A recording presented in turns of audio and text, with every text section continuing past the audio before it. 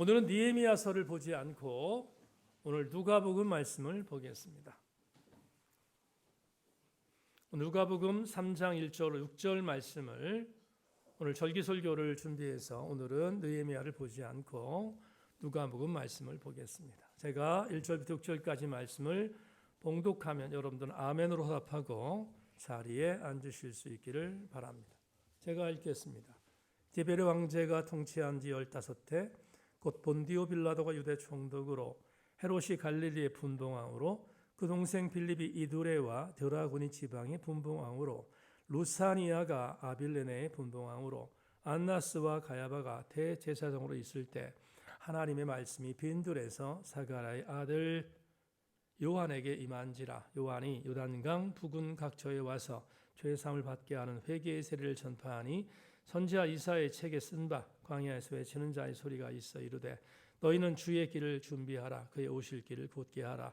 모든 골짜기가 메워지고 모든 산과 작은 산이 낮아지고 굽은 것이 굳어지고 험한 길이 평탄해질 것이요 모든 육체가 하나님의 구원하심을 보리라 함과 같으니라. 아멘 아멘. 잘 불러실 줄로 믿고 함께 광야를 지나며 찬양하겠습니다.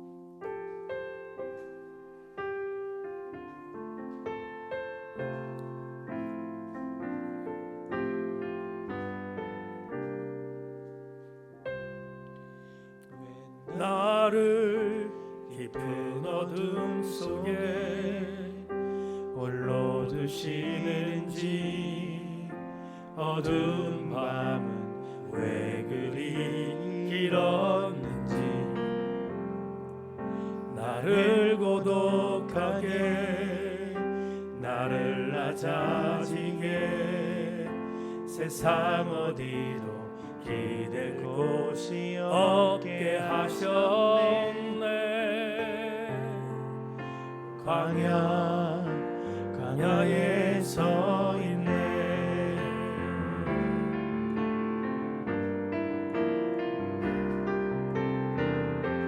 주님만 내 도움이 되시고 주님만 내 빛이 되시는 주님만 내 친구 되시는 광야.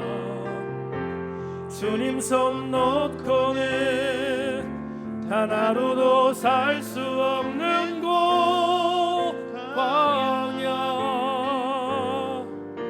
광야에 서 있네.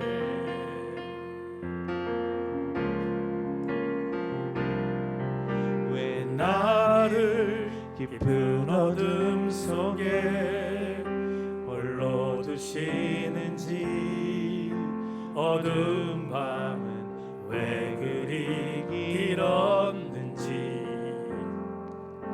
나를 고독하게 나를 낮아지게 세상 어디도 기댈 곳이 없게 하셨네. 광야에 서 있네.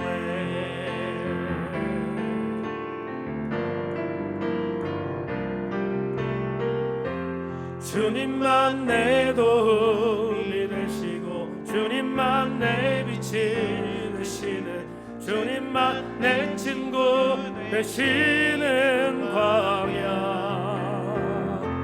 주님 손 놓고는 단 하루도 살 수 없는 곳 광야.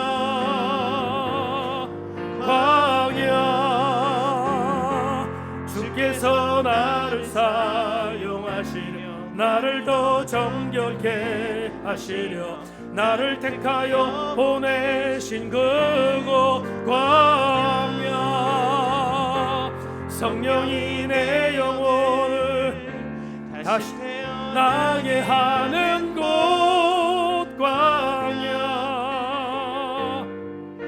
광야에 서 있네. 내 자가 산산이 깨지고 높아지려 했던 내 꿈도 주님 앞에 내려놓고 오직 주님 뜻만 이루어지기를 나를 통해 주님만 드러나시기를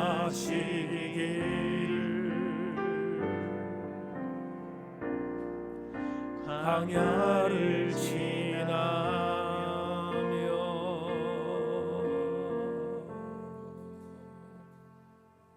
절기설교로 빈들로 가는 교회라는 제목을 갖고 말씀의 은혜를 나누겠습니다. 한 가지 감사한 것은 이미 원고를 읽으신 교우들이 있는지 모르겠지만 담임 목사의 원고는 일반 여타교회에서 통상적으로 전할 수 있는 메시지는 아닙니다. 왜냐하면 이런 메시지를 여타교회들은 대단히 두려워하기 때문입니다.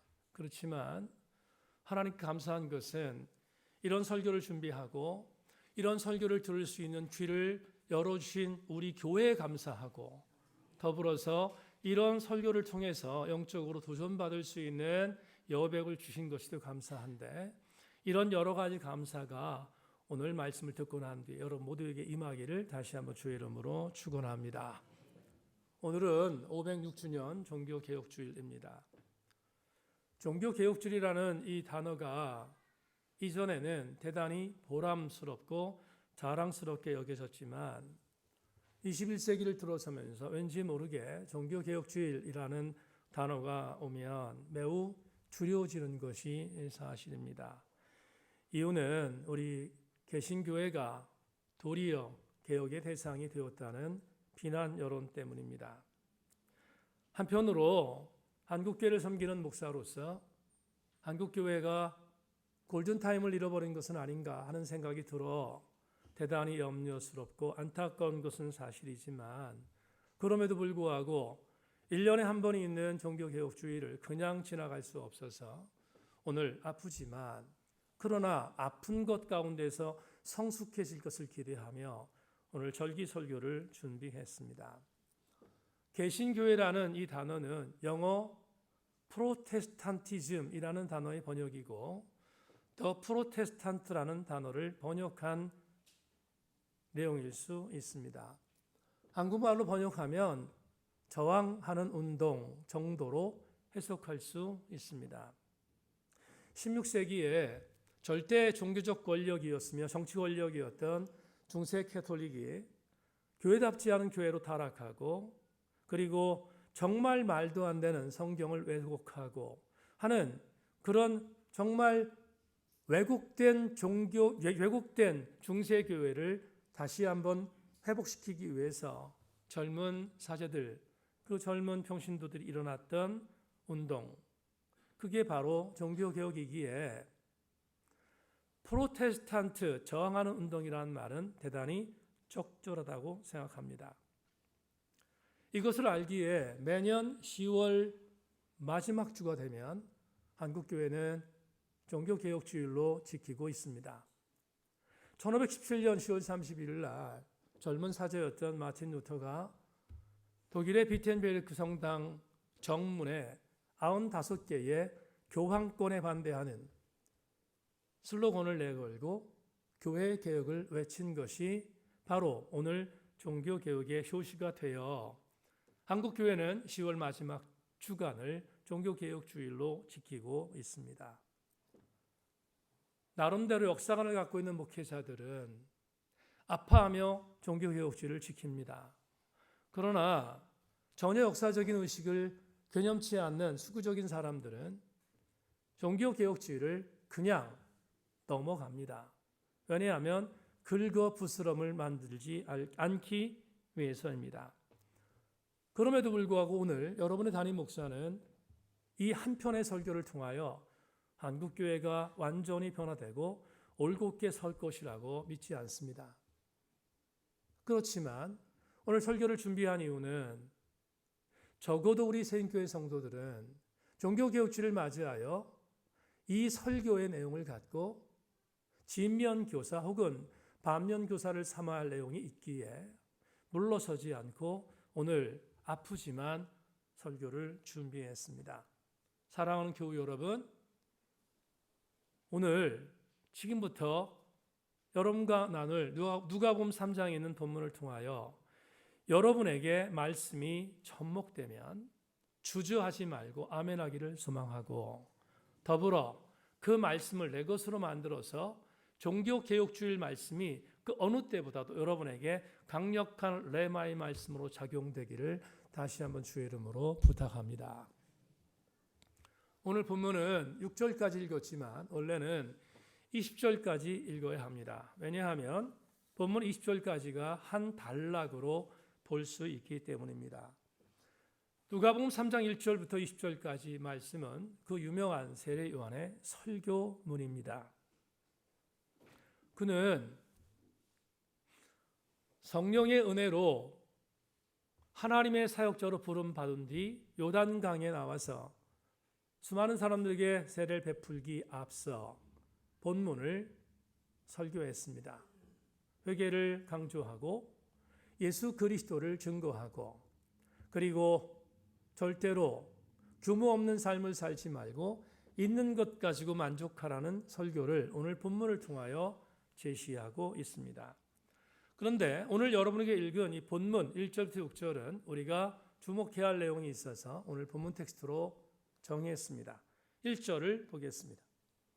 디베르 황제가 통치한 지 15해 곧 본디오 빌라도가 유대의 총독으로, 헤롯이 갈릴리의 분봉왕으로, 그 동생 빌립이 이두레와 드라고닛 지방의 분봉왕으로, 루사니아가 아빌레네의 분봉왕으로. 자, 설명하겠습니다. 주목해 주시기를 바랍니다.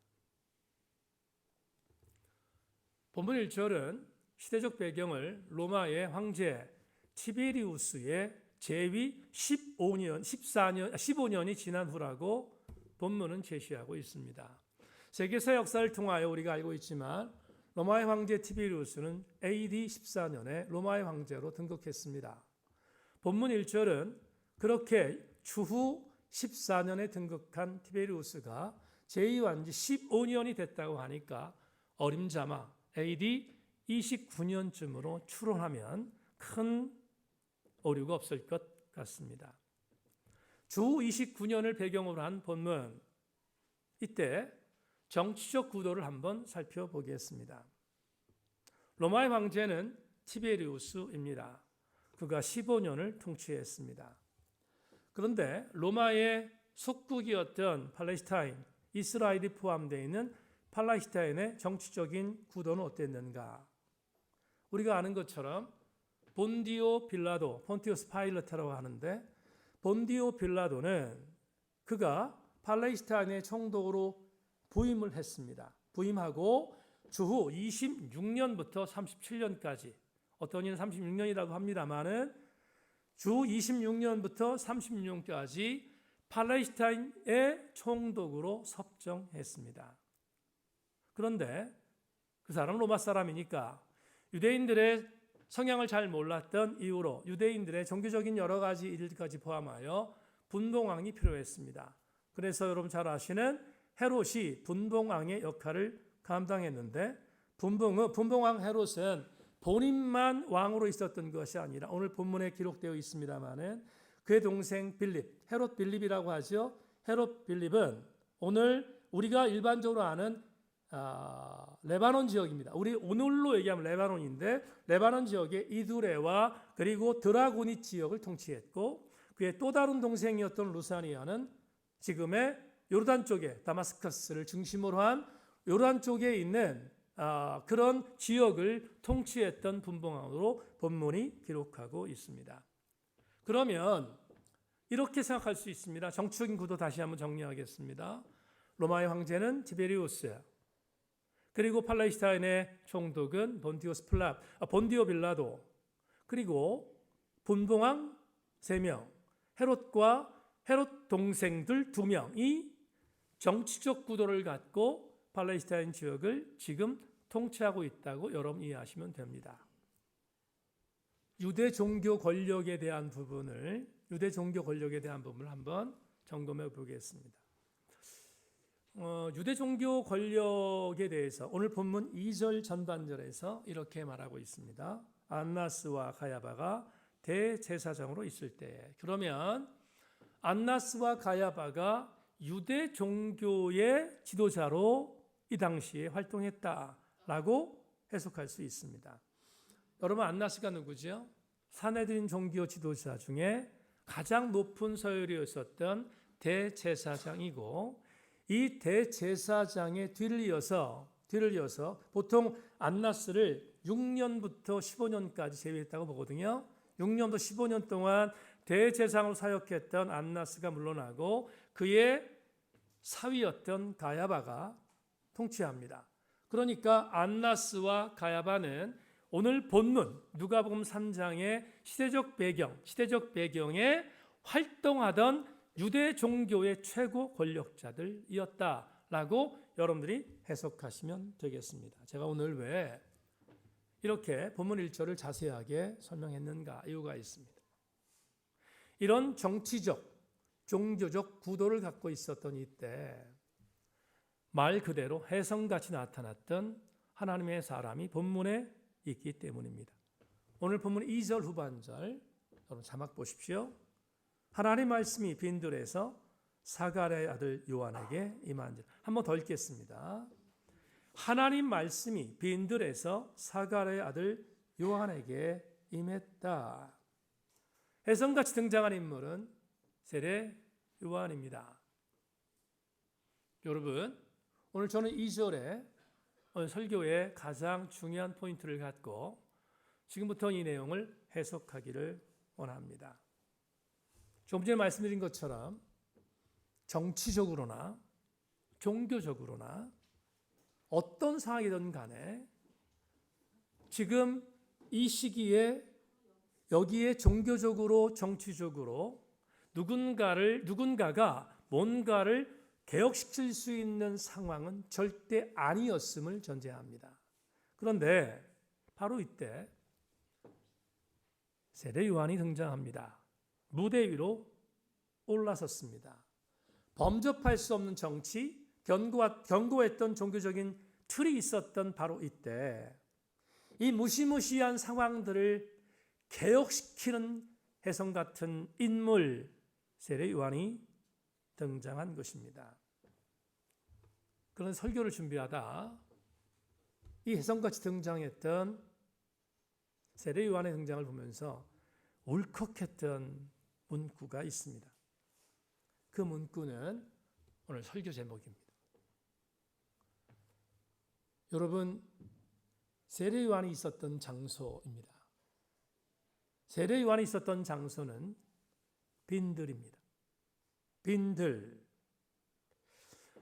제가 가지고 있는 설교 준비할 때 제가 보는 번역본이 한 10개 정도가 있는데 그 중에서 설교 준비하다가 오늘 본문 2절을 가장 잘 설명한 번역이 있을까를 보다가 우리나라 표준 세번역이 마음에 들어왔습니다.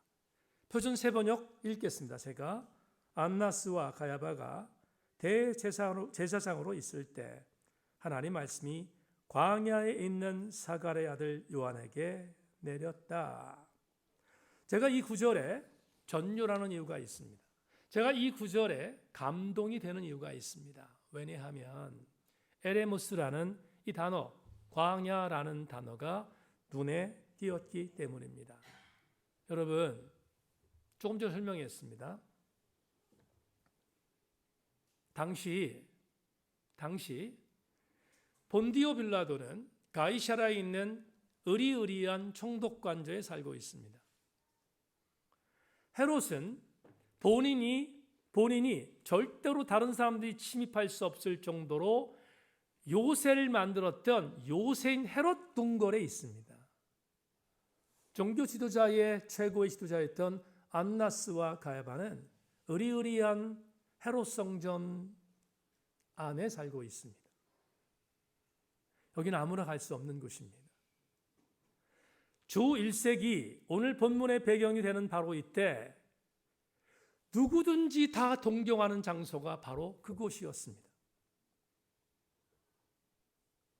그런데 오늘 누가복음의 저자인 누가는 세례 요한의 장소를 빈들이라고 받고 있습니다. 빈들은 광야라는 단어로도 사용됩니다. 마가복음 1장 4절 보실까요? 마가복음 1장 4절에 이렇게 말합니다. 세례 요한이 광야에 이르러 죄 사함을 받게 하는 회개의 세례를 전파했다. 마가복음의 저자인 마가는 에레모스라는 단어를 광야로 해석했고, 누가복음의 저자인 누가는 에레모스라는 단어를 빈들로 정의했어요. 똑같은 단어입니다. 똑같은 단어입니다. 그러면 한 가지 우리가 질문을 해야 될 것이 있습니다. 먼저 한 주석, 하워드 마샬의 한 주석을 읽어드리겠습니다. 여러분 자막 보십시오. 누가복음 3장 3절에 의하면 요한의 활동 지역을 좀 더 구체적으로 요르단강 근처 지역이라고 제시하고 있다. 이는 요단강 앞쪽에 있는 지역을 가리킨다고 할 수 있다. 이렇게 하워드 마샬이라는 신학학자는 이렇게 말합니다. 요단강이 세례 요한이 활동했던 장소가 요단강이라고 말하고 있는데 왜 본문에서 빈들이 나왔을까? 주목해야 되잖아요. 우리가 상식적으로 알고 있는 것처럼 세례 요한이 세례를 줬던 장소가 요단강이라는 건 우리는 알고 있습니다. 그런데 왜 세례 요한의 거주 장소를 빈들로 표현했을까? 여자대학교에서 강의하는 김우건 교수가 자기의 주석서 이렇게 말을 합니다. 요한이 본격적인 활동을 시작하면서 공간은 빈들에서 요단강 부근으로 이동한다. 한 번만 더 읽어볼까요? 요한이 본격적인 활동을 시작하면서 공간은 빈들에서 요단강 부근으로 이동한다. 아, 그렇구나. 알 수 있습니다. 주목하십시다. 세례 요한이 자라나서 세례 요한이 성장해서 훈련받았던 장소는 광야입니다. 세례 요한은 어떤 광야에 서 있었는가? 학자들은 말합니다. 아마도 이스라엘 땅, 팔레스타인 땅에서 가장 넓은 광야를 차지하고 있는 이스라엘 남부에 있는 유대 광야일 것이다 라고 추측합니다. 저도 동의합니다. 거기서 그는 훈련받았습니다. 아시는 것처럼 거기서 입은 옷은 약대토롯이고 거기서 먹었던 음식은 석청입니다. 왜냐하면 빈들 광야는 먹을 것이 없고 입을 것이 없는 척박한 땅이었습니다. 그런데 그가 그곳에서 석청을 먹고 약대토롯을 입고 영적으로 준비된 상태에서 드디어 하나님의 영이 인도하셨습니다. 어디로? 요단강으로 가라는 것입니다. 자, 유대 광야는 남부고요. 요단강은 위쪽에 있습니다. 이동한 것입니다. 김호근 교수의 말로 의하면 그가 훈련받았던 훈련받았던 유대 광야에서 요단강까지 이동하여 사역을 시작했다고 해석하면 본문의 해석이 됩니다. 그러면 이게 왜 중요할까? 제가 여러분에게 왜 이 부분을 세밀하게 주석하고 있는가? 이유가 있습니다. 또 다른 감동이 있기 때문입니다. 요한이 어디 있었다고요? 유대 광야에 있을 수 있는 가능성 90% 이상입니다. 척박한 땅입니다. 누구도 주목하지 않습니다. 사람들이 살기를 꺼려하는 땅입니다. 그런데 오늘 본문 설교를 준비하다 오늘 본문에서 울컥한 부분이 있습니다. 다시 한번 2절 보겠습니다. 2절에 후반절에 이렇게 말하고 있습니다. 하나님의 말씀이 빈들에서 사가랴의 아들 요한에게 임한지라. 이 말씀이 외강동 목사를 울컥하게 했는가? 이유가 있습니다. 일반적으로 신약성경에서 하나님의 말씀할 때 말씀은 어느 성경을 보면 로고스로 거의 대부분 쓰여 있습니다. 로고스입니다. 요한복음 1장 1절에 태초에 말씀이 계시니라 이 말씀이 하나님과 함께 하셨다. 이 말씀이 로고스입니다. 로고스는 예수 그리스도가 육신이 말씀이 되어서 이 땅에 온 것을 의미합니다. 예수 그리스도 하나님의 아들 이 육신이 돼서 이 땅에 올 때 쓰는 단어를 말씀으로 표현합니다. 그것을 쓸 때는 로고스라고 씁니다. 그런데 로고스와 또 다른 단어 하나를 성경은 우리에게 제시합니다. 그 성경의 말씀 나오는 말씀의 중요한 또 하나의 단어는 여러분에게 여러 차례 말하는 레마입니다. 레마는 뭔가? 레마는 로고스로 오신 예수 그리스도께서 당신의 백성들에게 영적인 감동을 주기 위하여 당신이 해석한 말을 당신의 도구들에게 주시는 말씀, 즉 즉 해석된 말씀, 영적인 감동으로 접목된 말씀을 레마라고 합니다. 그런데 오늘 빈들에 거하던 세례 요한, 그에게 임했던 하나님의 말씀이라고 되어 있는 2절 후반절에 있는 단어를 원어 성경을 보면 로고스 데우라고 되어 있지 않고 레마 데우라고 되어 있어요. 다시 말하면 지금 세례 요한에게 임했던 하나님 말씀은 로고스가 아니라 레마였다 이 말이에요. 설교 준비하다가 감동이 됐습니다. 어떤 감동? 세상에 휘황찬란한 헤롯 성전, 하나님의 율법을 갖고 먹고 살고 있는 안나스와 가야바, 그리고 사내된 공의의 유대 종교 지도자들, 율법 갖고 먹고 살고 있었던 거기에 레마가 임한 것이 아니라 아무도 가지 않으려고 하는 땅 빈들에 레마가 임했습니다. 세례 요한은 여러분 아시는 것처럼 예수님보다 6개월 전에 탄생한 예수 그리스도의 길을 예비하는 사역자입니다. 말라기 후 다시 온 사역자라고 말하는 사람이 세례 요한입니다. 그런데 세례 요한이 빈들에서 훈련받았습니다. 하나님의 사람으로 훈련받았습니다. 가장 강력한 것은 뭐냐면 하나님의 레마가 세례 요한에게 임했습니다. 여러분 오늘 본문으로 누가복음 3장 1절 6절까지 말씀을 읽었습니다. 제가 지금 3절 말씀부터 6절까지 말씀은 전하지 않았는데 3절부터 20절까지가 세례 요한이 하나님의 레마를 받고 설교한 설교입니다. 그 설교 내용이 뭡니까? 회개하라, 독사의 자식들아 회개하라, 예수 그리스도께서 오셨다, 예수 그리스도를 통하여 성령의 세례를 받아라 라고 하는 기가 막힌 혁명적인 발언을 오늘 3절부터 20절까지 합니다. 어떻게 세례 요한에게 이렇게 엄청난 강력한 기름 부음이 있는 말씀을 증거할 수 있는 설교자가 되었을까? 간단합니다. 그에게 하나님의 레마가 임했기 때문입니다. 오늘 3절부터 6절까지 말씀 자막을 보십시오.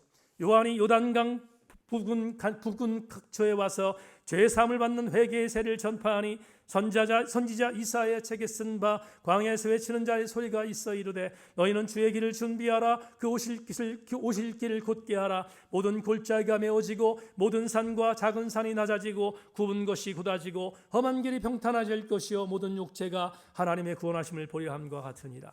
여러분 700년 전에 이미 이사야 예언자를 통하여 예수 그리스도의 탄생을 예언했던 그 메시지를 하나님의 레마를 받은 지금 세례 요한이 요단강에서 혁명적인 말씀을 선포하고 있습니다. 이 말은 오늘 종교개혁 506주년에 우리에게 대단히 중요한 영적인 교훈과 도조를 줍니다. 중세 캐톨릭은 성도 베드로 성당을 건축하기 위하여 면죄부를 팔았습니다. 면죄부에 동전이 떨어지는 소리가 들리면 지옥에 있는 사람이 연옥에 있는 사람이 천국으로 간다고 속였습니다. 그들은 성경을 왜곡했습니다. 젊은 사제 마틴 루터가 분노했습니다. 그리고 그는 비텐버르크 성당의 95개 조항을 걸면서 이렇게 말합니다. 면죄부는 옳은 것이 아니라고 오직 의인 믿음으로 말미암아 산다고 선포했습니다. 뒤집어 놓은 것입니다. 그리고 종교개혁이 시작됐습니다. 종교개혁은 중세 캐톨릭이 타락의 강을 건넌 루비콘 강을 건너서 더 이상 건너올 수 없다는 것을 알게 하셨던 하나님께서 마틴 루터를 통하여 새로운 교회를 만든 것입니다. 그리고 그들은 외쳤습니다. 솔라 그라티아 은혜로 돌아가며, 솔라 피데 믿음으로 돌아가며, 솔라 스크립투라 성서로만 돌아가자고. 외친 것입니다. 왜 오늘 여러분에게 이 말씀을 드리고 있는가? 한국교회 때문입니다. 저와 여러분 섬기는 세인교회 그리고 한국교회를 바라봅시다. 그렇게 중세 캐톨릭의 범죄를 용서하지 않고 반기를 들었던 자들이 우리 개신교도들입니다. 그런데 지금 한국교회는 21세기에 그 개혁의 당사자가 되고 말았습니다.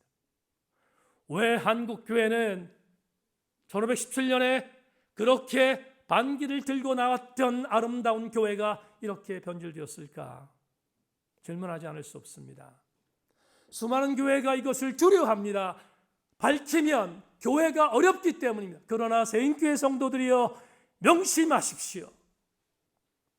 밝혀야 합니다. 왜 한국교회가 지금 개혁의 대상이 되었을까? 간단합니다. 한국교회는 빈들 정신을 잃어버렸기 때문입니다. 한국교회가 빈들이 아니라 휘황찬란한 헤롯 성전으로 돌아가고 있기 때문입니다. 그러므로 오늘 내 말을 이렇게 받아야 합니다. 교회가 빈들이 아닌 헤롯 성전의 휘황찬란으로 회귀했기 때문에 한국교회가 다시 개혁의 대상이 되었다면 돌이켜야 되지 않겠습니까? 사도행전 8장 30절 31절 말씀을 읽어드립니다.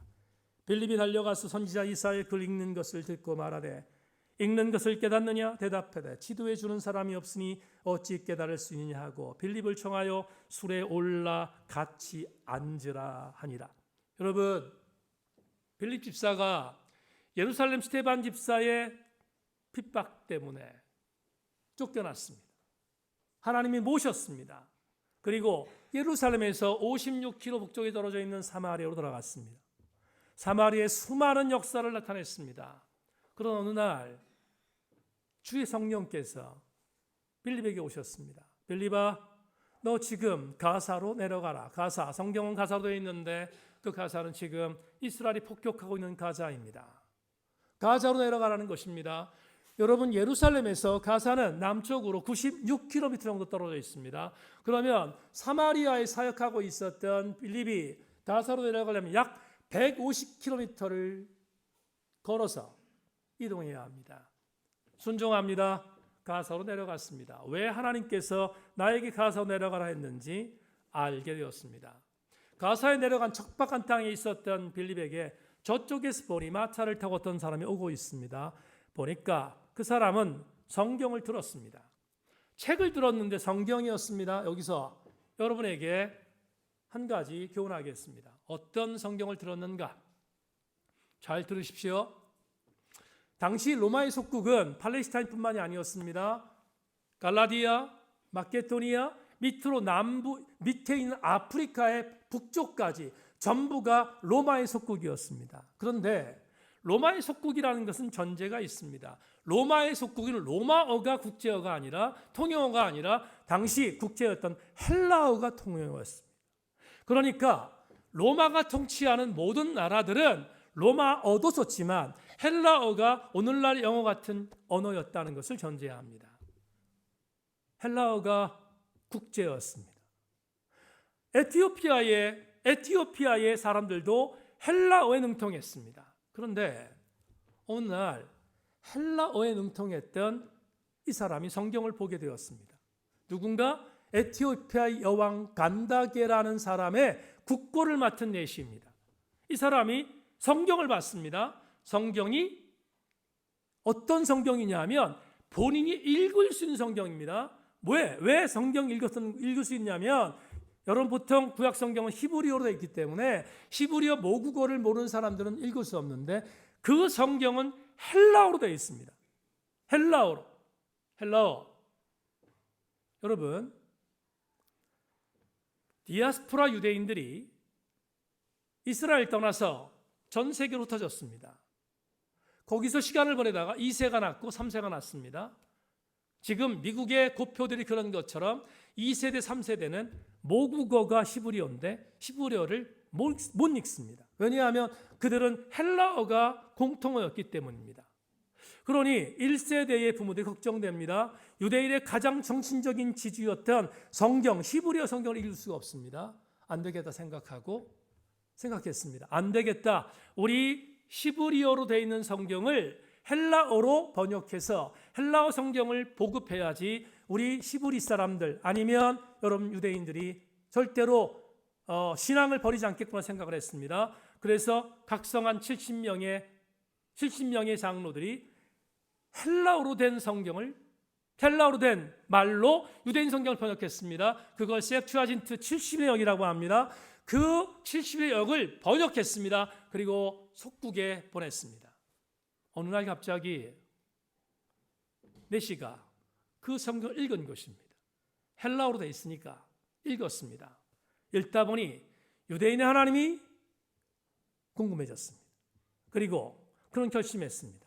본인의 땅에서 이 유대인의 성경을 가르치는 최고의 기관이었던 예루살렘 성전으로 가자. 여러분, 에티오피아에서 예루살렘까지 1500km입니다. 도보로 갔습니다. 마차 타고 갔습니다. 엄청난 일입니다. 갔습니다. 그리고 거기 가서 유대인의 하나님을 만나려고 했습니다. 그런데 사내딘 고니의 사람들은 일도 가르칠 수 없었습니다. 왜냐하면 그들은 하나님을 가르친다고 하지만 이미 하나님과 관계없었기 때문입니다. 아무것도 얻을 수 없었던 내시가 내려옵니다. 그런데 놀라운 사실은 그가 내려왔던 장소가 가사예요. 가사였습니다. 지금 무기력한 유대의 사내딘 고니의 집단이 있는 헤롯 성전에서 하나님을 만날 수 없었던 내시가 가사로 내려온 것입니다. 가사는 그가 경유할 만한 장소가 아닙니다. 척박한 땅이었습니다. 그런데 가사를 경유했습니다. 가사를 경유하다가 마차에서 헬라어 성경으로 되어 있는 유대인 성경을 봤는데 보고 있던 것이 이사야 53장이었습니다. 이사야 53장은 순환받는 예수 그리스도를 상징하는 메시지입니다. 읽었는데 알 수가 없습니다. 마침 그 가사에 한 사람이 자기에게 옵니다. 와서 마차에 올라서며 말합니다. 형제여, 읽고 있는 책에 글이 무슨 글인지 압니까?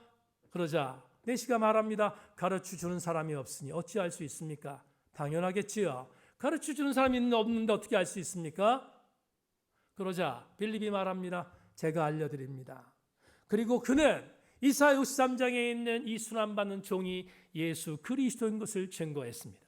그리고 예수 그리스도가 순환받는 종이라는 사실을 알았던 내시는 즉각적으로 회심합니다. 그리고 내려와서 세례를 받았다고 사도행전 8장은 증언합니다. 자, 여기까지 빠르게 말한 이유가 있습니다. 교우 여러분, 왜 하나님은 빌립을 가사로 내려가게 했을까?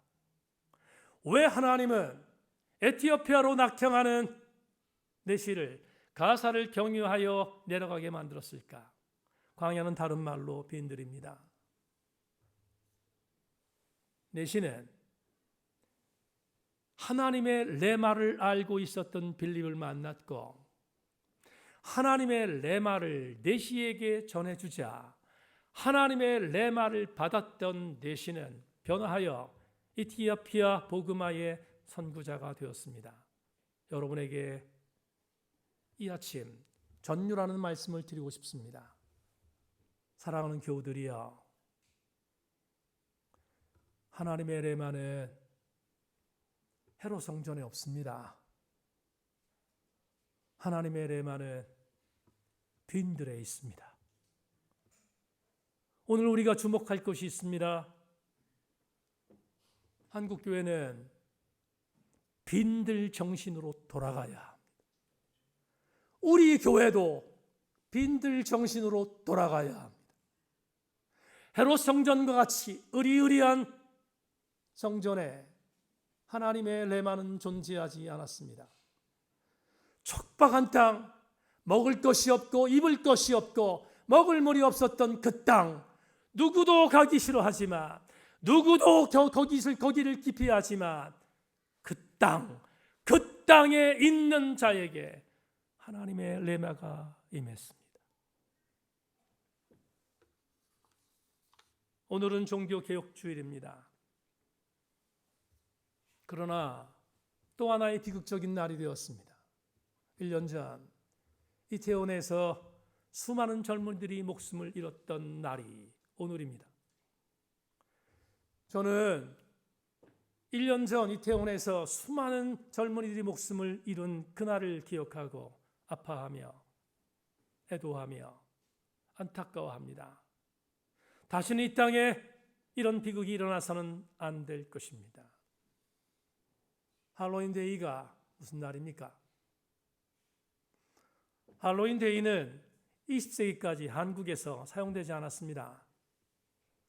할로윈 데이가 21세기에 들어서 한국계에서 통용됐습니다. 21세기를 어떠한 시대라고 말합니까? 여러분, 대한민국이 국민소득 2만 불을 달성한 때가 21세기입니다. 지금 대한민국의 국민소득이 3만 불을 넘어섰습니다. 조금씩 줄어들고 있어서 안타깝지만 3만 불을 넘어섰습니다. 종교사회학자들은 2만 불이 국민소득이 넘었으면 종교가 문화로 변질된다고 진단했습니다. 대한민국도 예외가 아닙니다. 21세기 대한민국의 교회는 문화로 바뀐 지 이미 오래되었습니다. 물론 다 그런 것은 아니지만 한국교회가 문화로 변질된 것이 할로윈 대위를 그대로 받아들이는 안타까운 상황이 되었다면 한국교회도 책임 소재에서 자유로울 수 없습니다. 여러분, 수많은 사람들이 말합니다. 할로윈 데이에 죽었다고 하는 것 가지고 교회가 비난한다. 비난하지 않습니다. 비난하지 않아요. 그러면 우리가 정말로 경책할 것은 뭐냐? 할로윈 데이에 수많은 사람들이 속할 수 있도록 한국교회가 영향력을 미치지 못한 것은 회개해야 합니다. 왜 영향력을 미치지 못했습니까? 한국교회도 부유해졌기 때문입니다. 한국교회가 헤롯 성전을 추구하는 교회가 되었기에, 빈들 교회를 추구하지 않았기에 한국교회는 자유로울 수 없습니다. 명심해야 합니다. 한국교회는 다시 빈들 교회로 돌아가지 않으면 한국교회는 계속해서 무너질 것입니다. 세인교회 교우들이여, 아프지만 경책하십시다. 우리 세인교회가 빈들 정신으로 돌아가기를 주의 이름으로 축원하며, 우리 교회가 빈들 교회를 사수하기를 주님의 이름으로 축원합니다. 우리 앞마당에 벚꽃이 있습니다. 뒷마당에 느티나무가 있습니다. 15년 만에 잘 자라주어서 견실하게 나무들이 섰습니다. 벚꽃은 괜찮은데 여러분, 느티나무는 에피소드가 있습니다. 느티나무는 3번째 심은 뒤에 성공했습니다. 첫 번째, 두 번째 심은 것은 죽었습니다. 이유를 알았더니 심었던 밑에 물이 고여 있었습니다. 물이 고여 있어서 너무 많은 물 때문에 썩었습니다. 그래서 2번의 느티나무는 실패했습니다. 우리 교회의 교우들이 알고 땅을 돋았습니다. 돋아서 세운 느티나무가 저겁니다. 지금 잘 자라고 있습니다. 감사한 것은 매년 이맘때가 되면 옷을 갈아입습니다.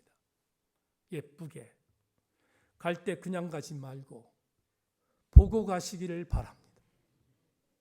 예쁘게 변화되었습니다. 그런데 설교 준비하다 생각 들었습니다. 왜 매년 이맘때만 되면 벚꽃과 느티나무는 아름답게 옷을 갈아입을까? 이유가 있습니다. 뿌리가 견고하기 때문입니다. 뿌리를 본이라고 합니다. 열매와 잎사귀를 말이라고 합니다. 사랑하는 교우들이여, 본이 든든하면 말은 절대로 변질되지 않습니다. 반대로 본말이 전도되면 전체가 흔들립니다. 11월 11일 날 우리 독서여행을 떠나려고 했습니다. 근데 지난주에 여론에서 제안이 들어왔습니다. 그때가 김장하기가 가장 좋은 날이라서 행사를 바꿔달라는 것입니다. 옛날 같으면 어린 반푼어치도 없었는데 오늘 여러분 광고에 나갔습니다. 수련하겠다고. 왜 바꿨는지 아십니까? 담임 목사 리더십 흔들렸기 때문에 그렇지 않습니다. 여러분, 김장하는 것과 독서 여행은 돈이 아니기 때문입니다. 얼마든지 바꿀 수 있습니다. 그러나 한 가지는 바꿀 수 없습니다. 세인교회 교우들이여, 우리 교회는 빈들로 가는 교회가 되기를 소망합니다. 우리 교회는 절대로 헤롯 성전을 사모하는 교회가 되지 않기를 바라며, 우리 모두는 빈들을 사수하는 교회가 되어 하나님의 정신을 흐트러뜨리지 않고 하나님이 기뻐하는 아름다운 교회로 지속적으로 승리하는 우리 교회 되기를 주님의 이름으로 축원합니다.